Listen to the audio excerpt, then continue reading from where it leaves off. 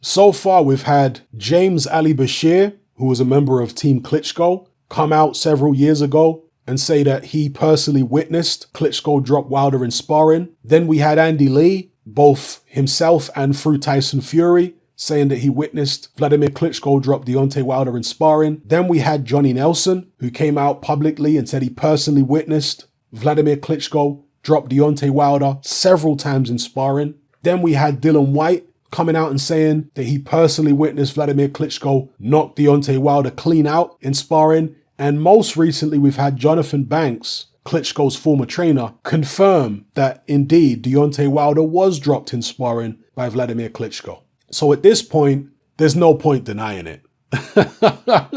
Deontay Wilder went down sparring Wladimir Klitschko. The only dispute in this whole situation is Jonathan Banks, who says that Deontay Wilder wasn't knocked out cold, because Johnny Nelson and Dylan White are saying he was out cold. But Jonathan Banks, and perhaps he was in the ring tending to Deontay Wilder, or very close to the ring, closer than Nelson and Dylan White potentially, that he says, no, Wilder wasn't out cold, but he did go down. And we're splitting hairs at this point. Whether he was out cold or whether he was still conscious, we're splitting hairs. The point is, he hit the deck. And is there a correlation between what happened there and what his manager Shelley Finkel said after Wilder became WBC champion? That he didn't want to put Wilder in with Klitschko just yet because he's still just a prospect? Is there a correlation? Of course there's a correlation. Deontay Wilder was a contender for 32 fights. He didn't step up to world level like AJ did before AJ's 20th fight. He was fighting at world level. Tyson Fury was fighting at world level in 24th, 25th fight? Deontay Wilder wasn't fighting at world level until his 33rd fight. And then he went for the weakest champion available, Bermane Stiverne. He could have fought either one of the Klitschko brothers. He had years to do it when he was a contender. But he didn't. He didn't go anywhere near either of them. He waited until Vitaly Klitschko had retired. Stiverne beat Areola for the vacant belt, then he challenged Stiverne, a weak champion. He didn't challenge Wladimir, who still had belts at the time, because Wladimir had laid him out in sparring. Whether Wilder was out cold or not, he got dropped by Klitschko. There's far too many people, independent witnesses, members of Team Klitschko, as well as others, who have all confirmed this now. Wilder had all those years as a contender to fight either Klitschko, didn't do it.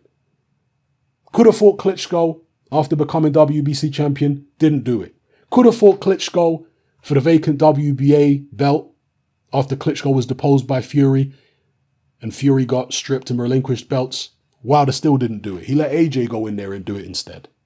I'm just talking facts here, people. A lot of people just seem to have a difficult time facing facts. If Deontay Wilder is this warrior, this fearless guy that his fanboys are claiming he is, why was he so afraid of Wladimir Klitschko? Both Klitschkos, truth be told, but particularly Wladimir, because he got laid out. He didn't want to go anywhere near him. So people out here questioning AJ's heart because he moved for 12 rounds against Andy Ruiz. Well, that's a guy who just knocked him out.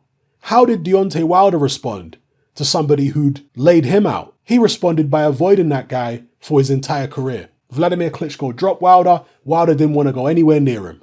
And that was just in sparring, not even in a pro fight. But yet, AJ's a coward because he ran around the ring. AJ took the immediate rematch. Where was Wilder's heart to fight Klitschko? He'd had over 30 fights, plenty of experience. Still didn't want to fight Klitschko? Come on, people. What's with this false narrative, this character that people are creating for Deontay Wilder, making him out to be something he's not? He's a good fighter. I've always said Deontay Wilder's a good fighter. Funnily enough, I was defending Deontay Wilder for years on this channel. When most people, including Americans, were saying he was trash, I was defending him. But now we've gone from one extreme to the other. Now we've gone from people, the majority of people saying Wilder's trash and he can't fight and he's garbage.